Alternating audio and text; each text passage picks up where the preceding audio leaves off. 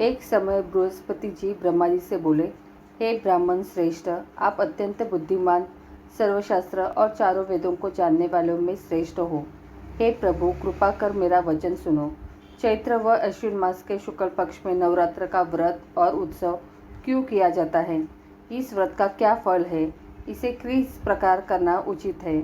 पहले इस व्रत को किसने किया, सो विस्तार से कहिए। बृहस्पति जी का ऐसा प्रश्न सुनकर ब्रह्मा जी कहने लगे कि हे बृहस्पति, प्राणियों का हित करने की इच्छा से तुमने बहुत ही अच्छा प्रश्न किया। जो मनुष्य मनोरथ पूर्ण करने वाली दुर्गा महादेवी, सूर्य और नारायण का ध्यान करते हैं, वे मनुष्य धन्य हैं। यह नवरात्र व्रत संपूर्ण कामनाओं को पूर्ण करने वाला है। इसके करने से पुत्र चाहने वाले को पुत्र, धन चाहने वाले को धन, विद्या चाहने वाले को विद्या और सुख चाहने वाले को सुख मिल सकता है।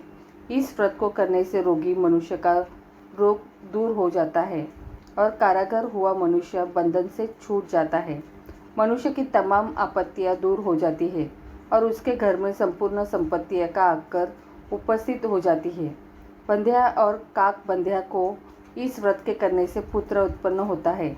समस्त पापों को दूर करने वाले इस व्रत के करने से ऐसा कौन सा मनोबल है जो सिद्ध नहीं हो सकता। जो मनुष्य अल्भ्य मनुष्य देह को पाकर भी नवरात्र का व्रत नहीं करता, वह माता पिता से हीन हो जाता है, अर्थात उसके माता पिता मर जाते हैं और अनेक दुखों को भोगता है। उसके शरीर में कुछ हो जाता है और अंग से हीन हो जाता है। उसके संतानोत्पत्ति नहीं होती है।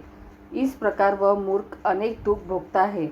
इस व्रत को न करने वाला निर्दयी मनुष्य धन और धान्य से रहित हो भूख और प्यास के मारे पृथ्वी पर घूमता है और गूंगा हो जाता है। जो विधवा स्त्री भूल से इस व्रत को नहीं करती, वह पतिहीन होकर नाना प्रकार के दुखों को भोगती है। यदि व्रत करने वाला मनुष्य सारे दिन का उपवास न कर सके तो एक समय भोजन करे और उस दिन बांधों सहित नवरात्र व्रत की कथा करे। हे बृहस्पति, जिसने पहले इस व्रत को किया है, उसका पवित्र इतिहास मैं तुम्हें सुनाता हूँ। तुम सावधान होकर सुनो। इस प्रकार ब्रह्मा जी का वचन सुनकर बृहस्पति जी बोले, हे ब्राह्मण, मनुष्यों का कल्याण करने वाले इस व्रत के इतिहास को मेरे लिए कहो, मैं सावधान होकर सुन रहा हूँ। आपकी शरण में आए हुए मुझ पर कृपा करो। ब्रह्मा जी बोले, पीठत नाम के मनोहर नगर में एक अनाथ नाम का ब्राह्मण रहता था। वह भगवती दुर्गा का भक्त था। उसके संपूर्ण सद्गुणों से युक्त मनो ब्रह्मा जी के सबसे पहली रचना हो ऐसी यथार्थ नाम वाली सुमति नाम की एक अत्यंत सुंदर पुत्री उत्पन्न हुई। वह कन्या सुमति अपने घर के बालकपन में अपनी सहेलियों के साथ क्रीड़ा करती हुई इस प्रकार बढ़ने लगी जैसे शुक्ल पक्ष में चंद्रमा की कला बढ़ती है। उसका पिता प्रतिदिन दुर्गा की पूजा और होम करता था। उस समय वह भी नियम से वहां उपस्थित होती थी। एक दिन वह सुमति अपनी सखियों के साथ खेलने लग गई और भगवती के पूजन में उपस्थित नहीं हुई। उसके पिता को पुत्री की ऐसी असावधानी देखकर क्रोध आया और पुत्री से कहने लगा कि हे दुष्ट पुत्री, आज प्रभात से तुमने भगवती का पूजन नहीं किया। इस कारण मैं किसी कुष्ठी और दरिद्री मनुष्य के साथ तेरा विवाह करूंगा। इस प्रकार कुपित पिता के वचन सुनकर सुमति को बड़ा दुख हुआ और पिता से कहने लगी कि हे पिताजी, मैं आपकी कन्या हूँ। मैं आपके सब तरह के अधीन हूँ। जैसी आपकी इच्छा हो वैसा ही करो। राजा कुष्ठी अथवा और किसी के साथ जैसी तुम्हारी इच्छा हो मेरा विवाह कर सकते हो, पर होगा वही जो मेरे भाग्य में लिखा है। मेरा तो इस पर पूर्ण विश्वास है। मनुष्य जाने कितने मनोरथ का चिंतन करता है, पर होता वही है जो भाग्य में विधाता ने लिखा है। जो जैसा करता है उसको फल भी वैसा कर्म के अनुसार मिलता है, क्योंकि कर्म करना मनुष्य के अधीन है, पर फल देव के अधीन है। जैसे अग्नि में पड़े तृणाती अग्नि को अधिक प्रदीप्त कर देते हैं, उसी तरह अपनी कन्या के ऐसी निर्भयता से कहे हुए वचन सुनकर उस ब्राह्मण को अधिक क्रोध आया। तब उसने अपनी कन्या का एक कुष्ठी के साथ विवाह कर दिया और अत्यंत क्रुद्ध होकर पुत्री से कहने लगा कि जाओ जाओ, जल्दी जाओ, अपने कर्म का फल भोगो। देखे केवल भाग्य भरोसे पर रखकर तुम क्या करती हो। इस प्रकार से कहे हुए पिता के कटु वचनों को सुनकर सुमति मन में विचार करने लगी कि अहो, मेरा बड़ा दुर्भाग्य है जिससे मुझे ऐसा पति मिला। इस तरह अपने दुख का विचार करती हुई वह सुमति अपने पति के साथ वन चली गई और भयावने कुशयुक्त उस स्थान पर उन्होंने वह रात बड़े कष्ट से व्यतीत की। उस गरीब बालिका की ऐसी दशा देखकर भगवती पूर्व पुण्य के प्रभाव से प्रकट होकर सुमति से कहने लगी कि हे दीन ब्राह्मणी, मैं तुम पर प्रसन्न हूँ। तुम जो चाहो वरदान मांग सकती हो। मैं प्रसन्न होने पर मन वंचित फल देने वाली हूँ। इस प्रकार भगवती दुर्गा का वचन सुनकर ब्राह्मणी ने कहने लगी कि आप कौन हैं जो मुझ पर प्रसन्न हुई है।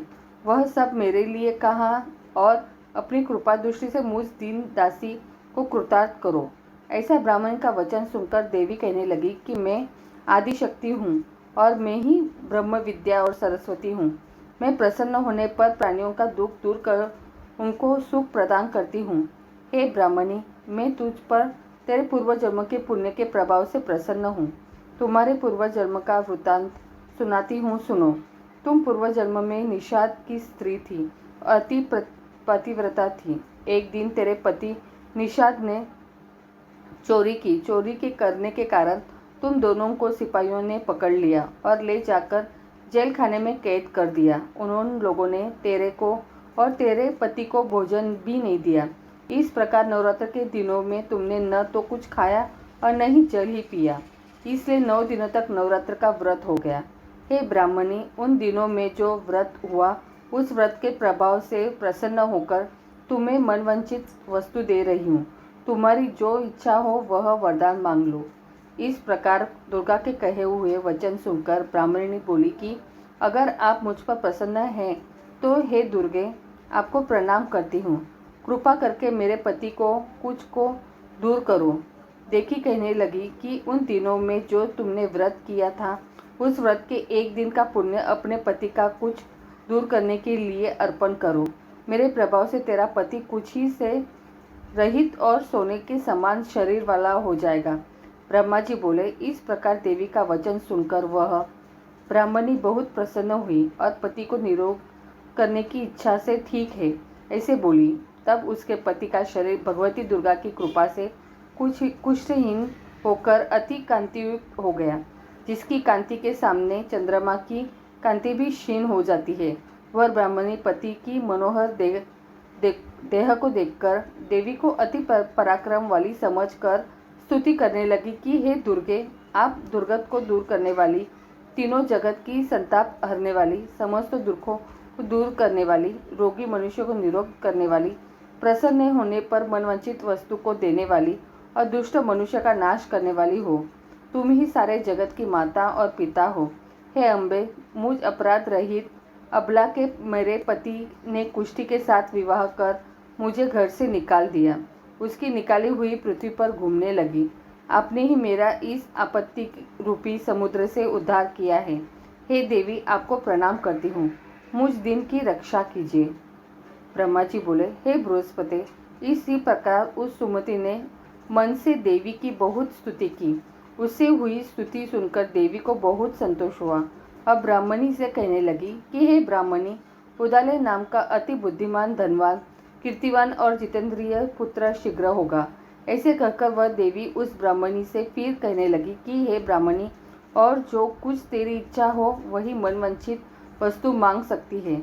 ऐसा भगवती दुर्गा का वचन सुनकर सुमति बोली कि हे भगवती दुर्गे, अगर आप मेरे ऊपर प्रसन्न हैं तो कृपा कर मुझे नवरात्रि व्रत विधि बतलाइए। हे दयावंती, जिस विधि से नवरात्र व्रत करने से आप प्रसन्न होती है उस विधि और उसके फल को मेरे लिए विस्तार से वर्णन कीजिए। इस प्रकार ब्राह्मणी के वचन सुनकर दुर्गा कहने लगी, हे ब्राह्मणी, मैं तुम्हारे लिए संपूर्ण पापों को दूर करने वाली नवरात्र व्रत विधि को बतलाती हूँ, जिसको सुनने में समाम पापों से छुटकर मोक्ष की प्राप्ति होती है। आश्विन मास के शुक्ल पक्ष की प्रतिपदा से लेकर 9 दिन तक विधि पूर्वक व्रत करें। यदि दिन भर का व्रत न कर सके तो एक समय भोजन करें। पढ़े लिखे ब्राह्मणों से पूछकर कलश स्थापना करें और वाटिका बनाकर उसको प्रतिदिन जल से सींचे। महाकाली, महालक्ष्मी और महासरस्वती इनकी मूर्तियां बनाकर उनकी नित्य विधि सहित पूजा करें और पुष्पों से विधि पूर्वक अर्घ्य दें। बिजोरा के फूल से अर्घ्य देने से रूप की प्राप्ति होती है। जायफल से कीर्ति, दाख से कार्य सिद्धि की होती है। आंवले से सुख और केले से भूषण की प्राप्ति होती है। इस प्रकार फलों से अर्घ्य देकर यथाविधि हवन करें। खांड, घी, गेहूँ, शहद, जौ, तिल, बिल्व, नारियल, दाख और कदम इनसे हवन करें। गेहूँ होम करने से लक्ष्मी की प्राप्ति होती है। खीर व चंपा के पुष्पों से धन और पत्तों से तेज और सुख की प्राप्ति होती है। आंवले से कीर्ति और केले से पुत्र होता है। कमल से राज सम्मान और दाखों से दुख संपत्ति की प्राप्ति होती है।